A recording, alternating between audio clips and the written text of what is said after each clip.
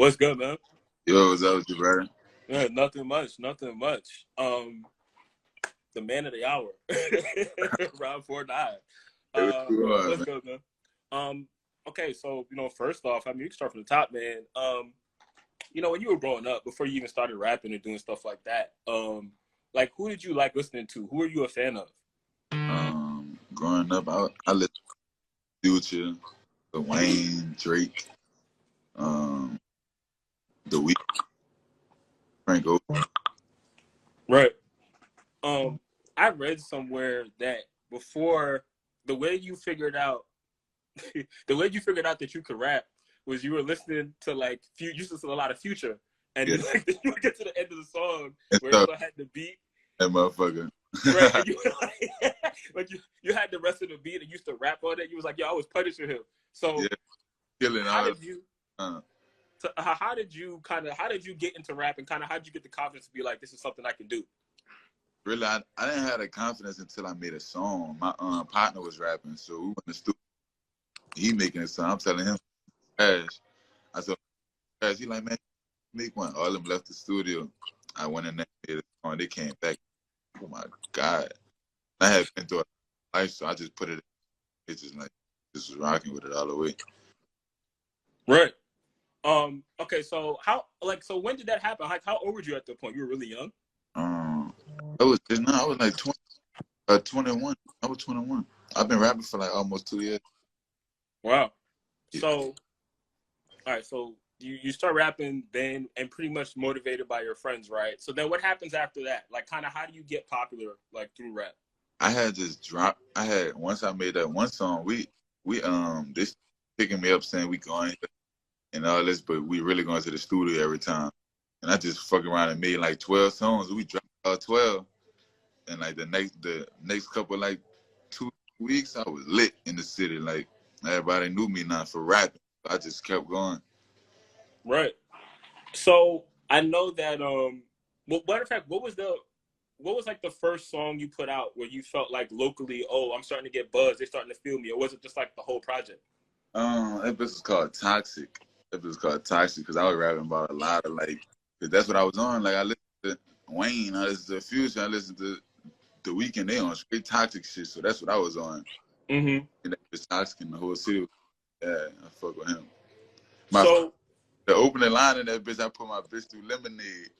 You know that line, so I was on that. Okay.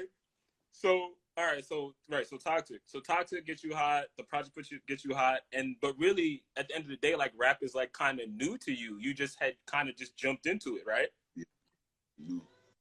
So while you're kind of going through it, it didn't really take you that long to like blow up. But as you were like building and going through it and kept putting music out, right? Like what kind of kept you committed, to like keep going? Because I know you almost quit at a point. Yeah. Well, when I was about to quit, I had my last tape was gonna be named I Quit. Mm-hmm. In my bed, I'm eating rallies, you know what I'm saying about? Yes, I do. In the trenches, we got an eviction note on our door. Like I'm done. I'm about to just say fuck this rap shit because they ain't bringing in no money or nothing. And I get a call. It's from an out of town number. It's straight Birdman, and like I'm fucked up in a bed. Like I'm like, you know what I'm saying? I got the I Quit about to come out. I'm about to be done rapping. He telling me he won't fuck with me on the rap tip now. Wow. I'm gonna keep going. Wow. So when you spoke to him, kind of what was that conversation like? It was just like I ain't lying, like his energy now versus what it was like, cause I was rapping for like 3-4 months when he came and got me. Like he like, yeah, I see you going hard, but now it's like, boy, you gonna be the next thing coming out of New Orleans. You know what I'm saying? For life, like. So yeah, he backing me 100. Wow. So 100. right. So after he tells you that, I mean, he tells you that, you get off the phone, and you're like, oh, I can't quit. I have to keep rapping now. I couldn't quit. Right. So what did you put out after that? So after that phone call, like what are the projects you put out after that? Me and him wound up not getting the business clear, and I had wound up dropping the tape called Crazy Man, because out of my songs, I had dropped Crazy Man, and then that just solidified me. Like, he might could rap, like, you know what I'm saying? So that's what I had dropped after that, and just kept going hard my visuals and shit. Right. I know. I found out about you because one of my friends went to school in Louisiana, and I think one night he posted the clip from the Vulture Island video when you had just dropped it, like on IG. And I was like, man, what the hell is this? I was like, let me go check this out. And I went to YouTube, watched the whole thing. I was like, yo, this is crazy. And I kind of started going backwards and listening to like your older songs, and that's kind of how I came across Hustler, which is like crazy. And I think when you say stuff like, you put out Crazy Man and it really show people that you can like rap, like I get it. Like, cause like, I mean, on all the songs you're really rapping, but like stuff like Hustler, it's like you really like getting to it. And I think you really kind of like showed people and definitely like caught them off guard. Like there's a lot of like sides to you and stuff like that. When by the time you got up to the point where you put out For God, right? Like for me, that was like the turn because everything started to sound like really polished and it felt like, oh, you're fully committed and you totally get like where you're trying to take it now. Well, what was different around that time compared to like all the other times that you were like making music and recording? For God time. Yeah. Oh, For God time. For God, I didn't really like that For God tape personally. Mm-hmm. I was just going through a lot of emotional things in my life, you know what I'm saying? Like with my family and shit. So I don't really like even associating that shit, to be honest, because I got my fucking real bag after that. Like, you know what I'm saying? Really got my bag after that and dropped Hustler. Hustler really was set it apart from like everything because I went in the studio and I wasn't trying to make no hit records. I was just trying to get my shit off. Like, you know what I'm saying? Right. Just rapping off the beat on that motherfucker. Don't never stop rapping. And that's how I've been. Ever since I took that approach, I never stopped taking that approach. Right. Right. I mean, yeah, because you can tell, like, listening to, like, your older stuff coming up to now, like, you can hear the difference in approach. It's just, like, you're trying to make the best stuff you can make in the moment right now. And you're not, like, overthinking it. You're not trying really hard. It's just, it's coming out and you're happy with it. And I think, that's why you're at this point now where, I'm, like, looking you up on YouTube, like, a month and a half ago, and then like now everybody knows who you are. Like, it's like everybody knows you now. So it's just you put the work in. I ain't got no videos with 1 million views. Like, right. Yeah. Right. So you get hot. You're putting out song after song. You're starting to kind of pick up locally. When did you sign like to Rebel Music Geffen, and like what was that experience like? Like kind of being in like the bidding war thing. I signed 6 months into making music. So like it was an early on sign. So when I signed, I'm thinking like, all right, being where I come from, somebody get a deal, you think you made it. Like, you know what I'm saying? Mm-hmm. I'm thinking like, oh, I'm good. I ain't gotta worry about nothing. They're gonna do everything. All I gotta do is, you know what I'm saying, just make the music. But that shit was ass backwards, like for me to be. So when I realized that, like, I'm like pressing my foot. I don't even need nothing. Like, you know what I'm saying? That's the best way to move with it. Right. And I think you saying that makes a good point too, because what you said about how, like, where you come from, but you see it as you sign and like that's it. You just you in there. I think a lot of rappers feel that way, but you figured it out real fast that you also gotta like put all the effort in and really push everything and really put the music out and really be like totally committed. Let them catch up. You can't be trying to like they got going on, because when they done with you, what you gonna be done? Like, you know what I'm saying? Right. So we can come up to now. I know I talked about before you came on. I talked about kind of how the original Vulture Island, before you got Baby on it, was like it blew up like really fast. Like, it was running up so many views kind of out of nowhere.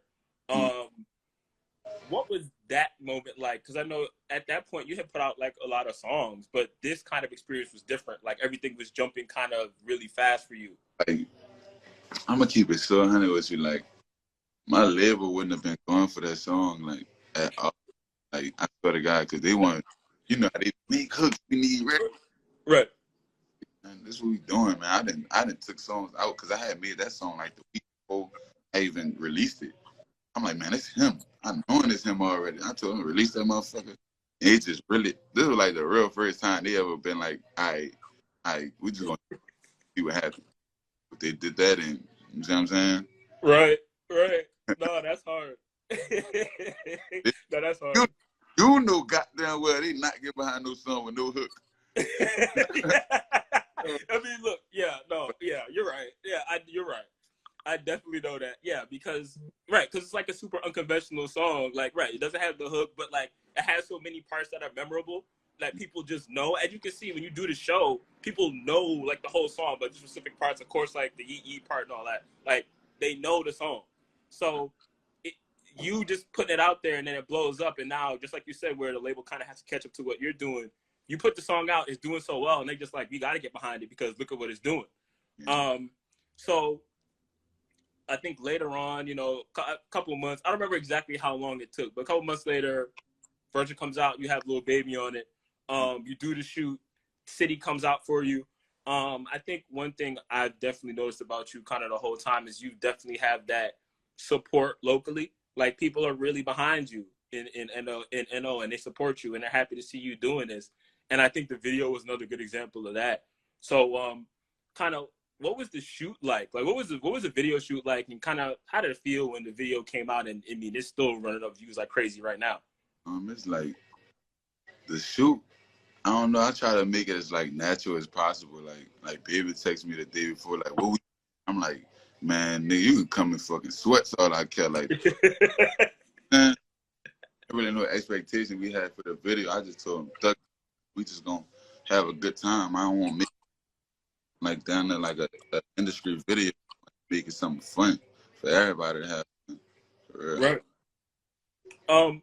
Speaking of New Orleans again, I think kind of what is like that rap scene like, and kind of did you feel like it was difficult for you to kind of, you know, get to this point where you're one of the young acts and you're so big within it and you kind of got to the front? Was it like hard navigating New Orleans and like kind of, you know, getting hot off of music for you? Not really, because in high school I had already had like a little, you know what I'm saying, a little thoughts to me. So not really. It was just like getting the surrounding areas to understand what was going on. That was about the hardest thing, and I don't even know how that shit happened. That shit just happened for me by itself. So I don't really, you know what I'm saying? I don't really know what's up with that. That's just Right. I know that I'm sure you've seen and heard it a bunch of times about people kind of talking about your music and how to, you know, how it sounds like New Orleans rap, and you refer to yourself as, you know, Baby Soldier Slim and stuff like that, and you've heard those comparisons and things like that. But it's like you're kind of like modernized it. Like it sounds like yours, but it doesn't sound like you're trying to like redo old New Orleans songs and stuff like that. You're doing it a new way. man, like I understand, like we gotta pay homage to, you know what I'm saying, old school. Like, when are we gonna realize that there's a new era? Like, you know what I'm saying? Like, what I'm looking at, get on a song trying to be like another person. Right. That's just not what we on. Like, the whole New Orleans got a whole different aspect on life, from the rappers to photographers, the videographers, the fucking fashion designers, everybody. Right. Right. And I think what it is like, what you're doing is unique. It doesn't sound like you're trying to rehash something or just trying to be like, I know y'all like this from 15 years ago. Let me just do this again. Like, it's not like that at all. And I think a lot of the times when you're a rapper like that, people who aren't from the region, they don't know how to talk about that. Like, they don't know how to, like if you're a rapper from the South, like, they only kind of see it one way. They don't know how to kind of see, like, the fullness of it and kind of what you're trying to do. And I think, like, you know, with you and the stuff that you're making, like, you know, of course, you know, Social Slim thing, but I think also just, it's just a cultural New Orleans thing, and y'all approach to music and how y'all see stuff and how y'all rap. Like, nobody raps like y'all or puts songs together like y'all. Like, that's been true for a really long time.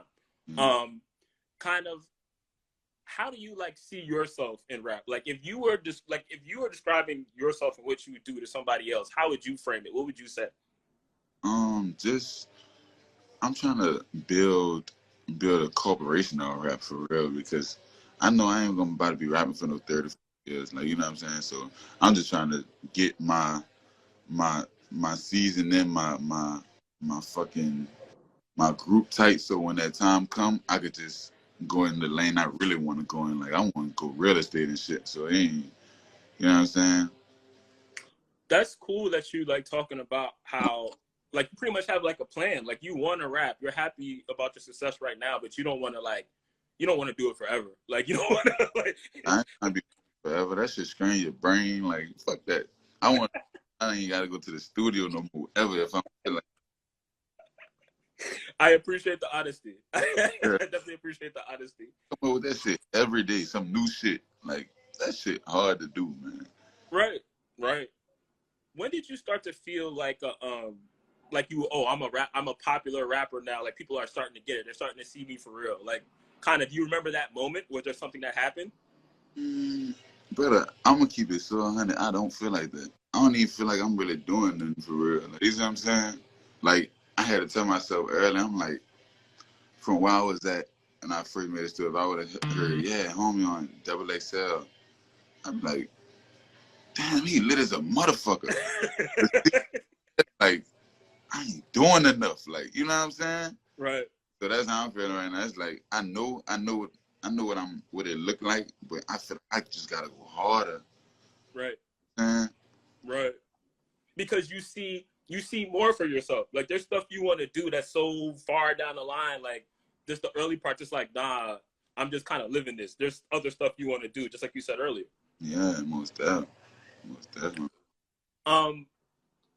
In your opinion, what are your can't miss songs? My favorite songs. Yeah, like you would like if you need people to hear these songs. I like Never Change.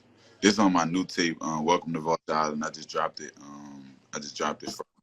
Yep. Never Change. I like Hustler. I like Alright.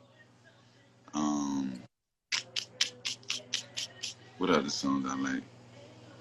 That's like my favorite right now. And Phone Ringing, Bad Bitch Alert. That's the fire right there for me. I ain't gonna care. Yeah. Crazy man. Yeah, no. I like That Bitch Alert. I like Can't Hide It too. I mean, you got a lot of joints on there, man. Bitch like one of them ones, like, you know what I'm saying? I can't. Right. All them bitches hard for real. Right. Right. Like My Daddy, yeah. See what I'm saying? Right. No, I think the tape is really good, and I think it also gives people like a really good view of what it is you do. We got some of the ones in there. Right. Right. What would you say is if you can name it, if you even name it at this point, what's like the biggest moment in your career so far? Going to sell somebody else's city out, like, and walking out there and they really loving me. You know what I'm saying? That was like the craziest thing, because like, how do I get people all around the world to love this? Like, it's just crazy to me. Mm-hmm. I always knew I was gonna be the one when I was small, but I didn't know for sure. Like, no one knows for sure. Like, but yeah, that's crazy, man. Okay. Right. Speaking of that, how's the tour been going with Nardo? I know y'all aren't that many days deep. It hasn't been that many shows yet, right? Nah, we only did like 3 shows. Right. We did 3 How's it been? shows. But like last night in Boston was crazy.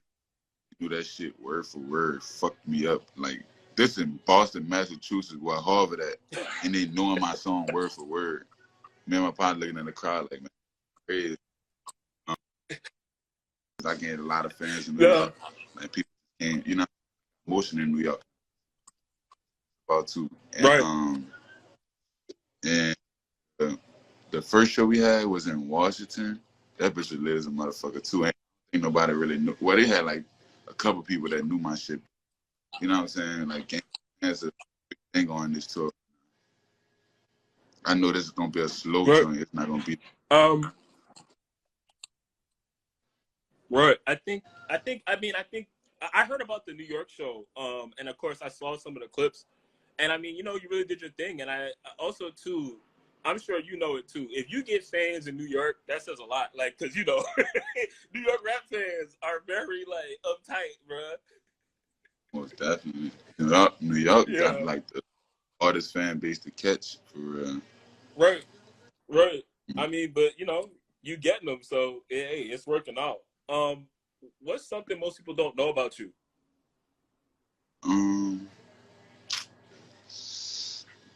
like to sleep. I like to watch movies. I like to eat all day. Growing up, I ain't want to rap. I ain't want to be no. I wanted to be a basketball player. I wanted to be on Man versus Food. That's the first. All right, that's definitely the first Man versus Food reference on the show ever. I did not see that coming. But you felt like, oh, you would have killed it on there. Man, what? But I got a little bag, but that's all I do is eat. I need to chill for real if I fuck around and get fat.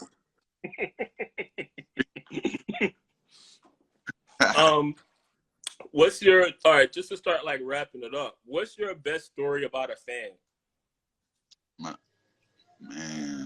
My best story, the craziest story. Whichever one you want. Man, I was in the House of Blues and look, he knew it. At the House of Blues, this dude bring me his girlfriend, and like, you know what I'm saying? He bring me his girlfriend. Girl, like, oh my God, I'm a big fan. He like, Rob49's gonna fuck my girl. Yeah. I'm like, that fuck, you gonna count, that fucked me up. And she had thing too. She ain't no play. I really was liking her and everything. I did not expect that story. I'll take it. Shit, it was at one of Spitter shows. You know, Spitter shows like crazy. You know, That's nuts. Okay. All right. So, man, I mean, I appreciate the time. Thank you for sitting aside and doing this. I know you're on the road. I know, busy schedule and all that. So I definitely appreciate it. Yeah. We straight stopped on the side of the road to do this. Hey, man, I heard. I heard. Noel definitely was like, yeah, they're gonna stop. I was like, damn, I appreciate that. That's love. I appreciate that for sure. Because I like I said, definitely a big fan of yours, man. Definitely been paying attention for a while now. So, happy that we got to do this. And, happy for all your success, too. Is there anything you want to talk about that I didn't bring up? Anything you want to throw out there? Y'all go listen to Welcome to Vulture Island on all platforms. Y'all go follow me right now. Press that thing up there. Press follow. Press the thing where it's here to break. Live on Rob49. Tap, follow. Yes, hit the arrow. Follow him right now. All right, my man. Thank you. Appreciate it. All right, doggy. All right.